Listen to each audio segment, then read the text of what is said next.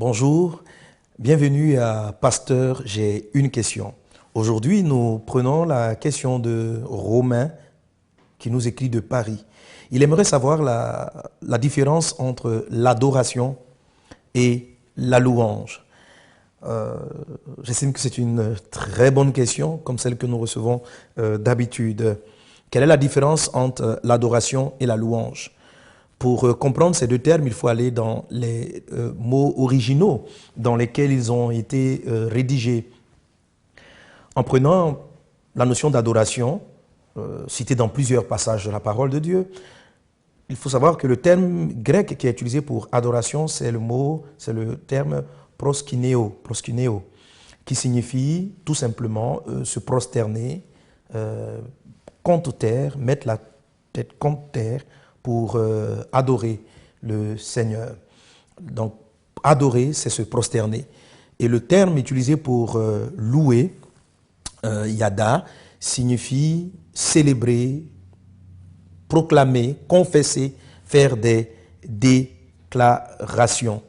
Dans le texte hébraïque aussi, le mot utilisé pour parler d'adoration, c'est le mot chacha, voilà, qui parle donc d'adoration et de se prosterner.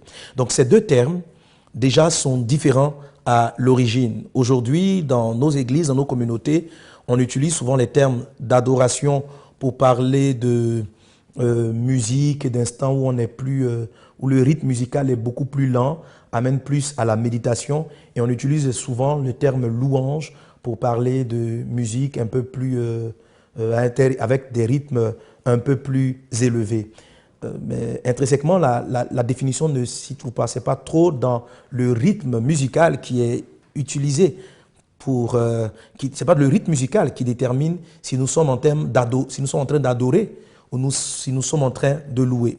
Bien vrai qu'il y a une conséquence directe avec ce dont je parlerai avec vous maintenant. Le Seigneur veut qu'on le loue. La Bible dit dans plusieurs passages de la parole, louez le Seigneur, louez l'Éternel. Romains chapitre 15, versets 11 à 13 dit par exemple, et encore, louez le Seigneur, vous toutes les nations, célébrez-le, vous tous les peuples. Ésaïe dit aussi, il sortira d'Isaïe un rejeton qui se lèvera pour régner sur les nations espérant en lui. Que le Dieu de l'espérance vous remplit de joie et de toute paix dans la foi pour que vous abondiez en espérance par la puissance du Saint-Esprit. Romains chapitre 15, versets 11 à 13. Donc, la Bible veut qu'on loue Dieu. Jésus aussi nous parle en Jean chapitre 4, verset 23, un passage que nous connaissons, que nous utilisons souvent. Mais l'heure vient, elle est déjà venue, les vrais adorateurs adoreront le Père en esprit et en vérité, car ce sont là les adorateurs que le Père demande. Dieu est esprit, et il faut que ceux qui l'adorent en esprit et en vérité. Le Seigneur veut que nous appliquions ces deux choses, mais comment le faire? Qu'est-ce qu'il signifie profondément? Avec ce que je viens de vous dire, la notion d'adoration donc est rattachée au fait de se prosterner, d'admirer. Plus simplement, ce que je vais vous dire, c'est que l'adoration de Dieu est rattaché à la personne de Dieu. On adore Dieu par rapport à qui il est. La louange fait référence plus à ses œuvres, à ce qu'il a fait. Je reprends donc, l'adoration est rattachée à la personne de Dieu. Donc, lorsque je vois Dieu, lorsque je vois sa grandeur, sa beauté, je me prosterne. Se prosterner, le mot adorer qui est rattaché à se prosterner, c'est s'abaisser totalement, c'est disparaître devant sa grandeur. Alors, dans une adoration, on aura plus les termes « Seigneur, personne n'est comme toi. Tu es grand, tu es puissant, tu es majestueux, tu es extraordinaire. » Donc, on déclare et on regarde dans sa pensée la grandeur de Dieu, la beauté de Dieu, la puissance de Dieu. L'adoration a un impact assez particulier. Tout à l'heure, je dirai quelques mots sur les conséquences de chacune de ces actions d'adoration ou de louange. Donc l'adoration admire, l'adoration est une admiration. Elle est une admiration de la personne de Dieu. C'est la raison pour laquelle le style musical moins rythmé, plus calme, s'y a l'adoration. Parce que lorsque vous dites à quelqu'un qui laisse, ce n'est pas avec beaucoup de bruit, vous prenez le temps de le contempler. L'adoration prend le temps de contempler. de l'admirer, d'admirer sa beauté. Tandis que la louange revient au fait de « Oh Seigneur, tu m'as délivré de mes souffrances. » Donc Dieu vous a délivré. Il vient de faire quelque chose. Je célèbre son nom. La louange un peu peut faire référence à vous supporter une équipe sportive qui vient de remporter et vous célébrez, vous êtes content, vous avez gagné la victoire, vous avez obtenu ceci.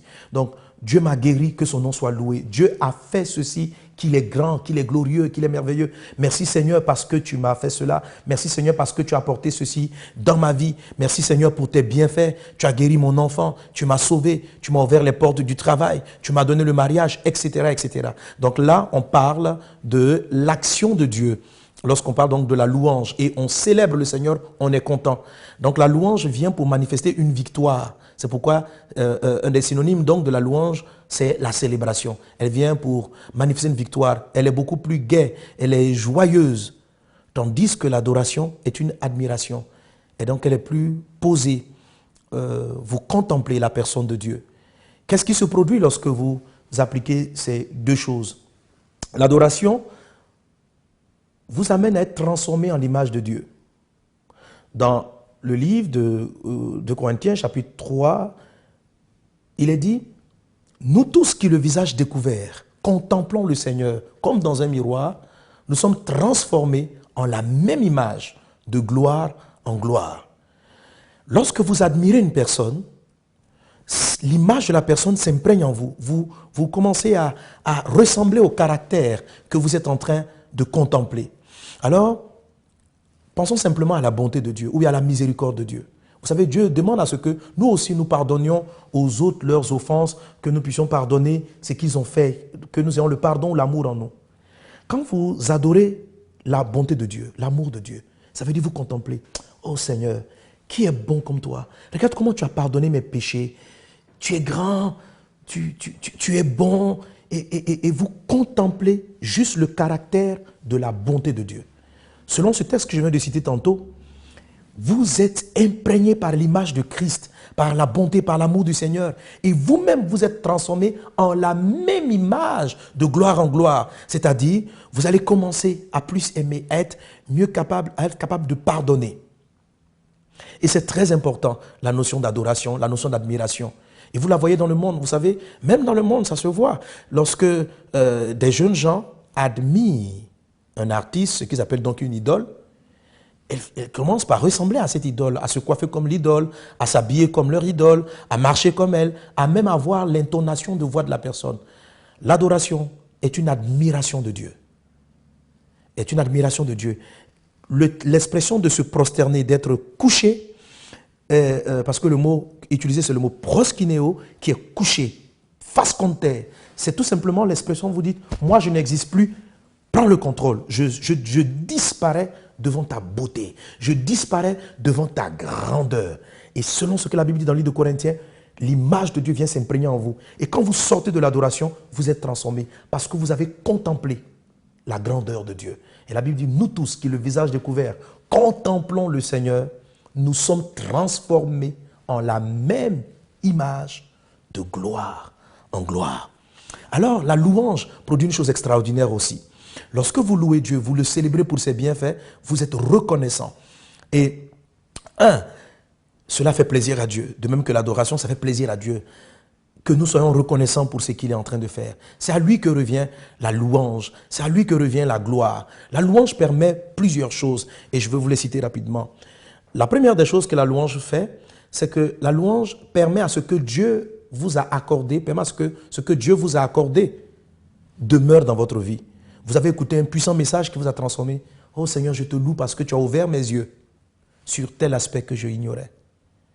Quand vous lui dites merci, vous reconnaissez qu'il vient de faire ceci. Ce qui va se passer, c'est que le bienfait que vous venez de recevoir va continuer à avoir de l'impact dans votre vie. La louange permet d'accepter le bienfait de Dieu, de dire que cela vient de lui.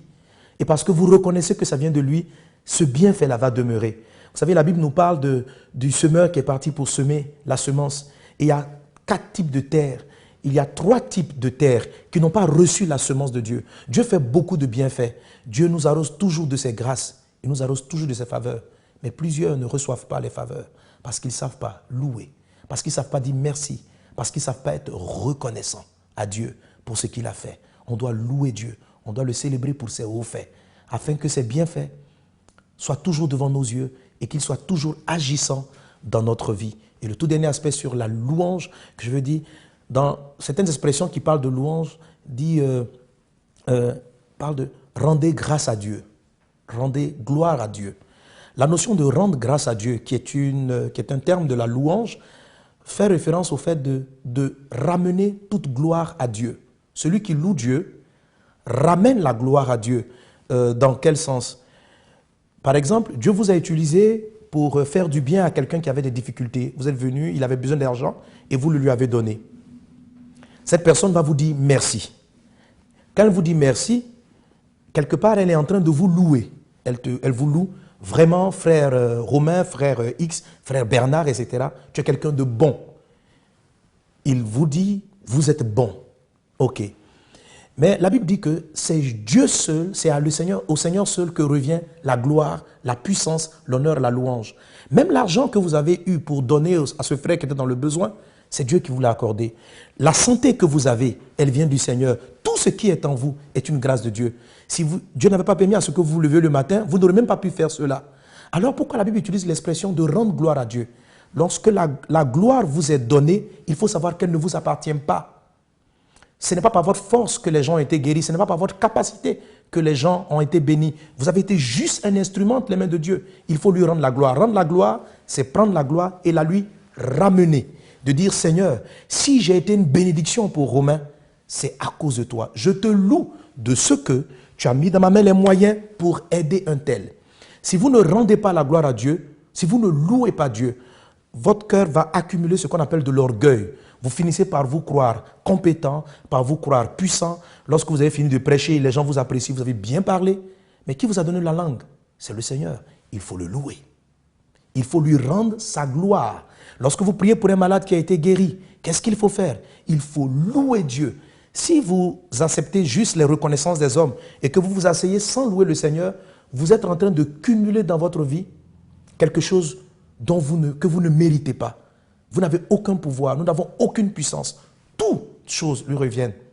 Il a été trouvé le seul digne de recevoir l'honneur, la gloire, la puissance. Alors la louange est très importante pour que constamment en louant le Seigneur, nous lui rendons grâce pour toutes choses. Et qu'en adorant le Seigneur, nous soyons transformés en la même image. Que Dieu vous bénisse et à très bientôt. Si vous aussi vous avez une question biblique sans réponse, envoyez-la nous par email à pasteurj'ainequestion@enseigne-moi.com.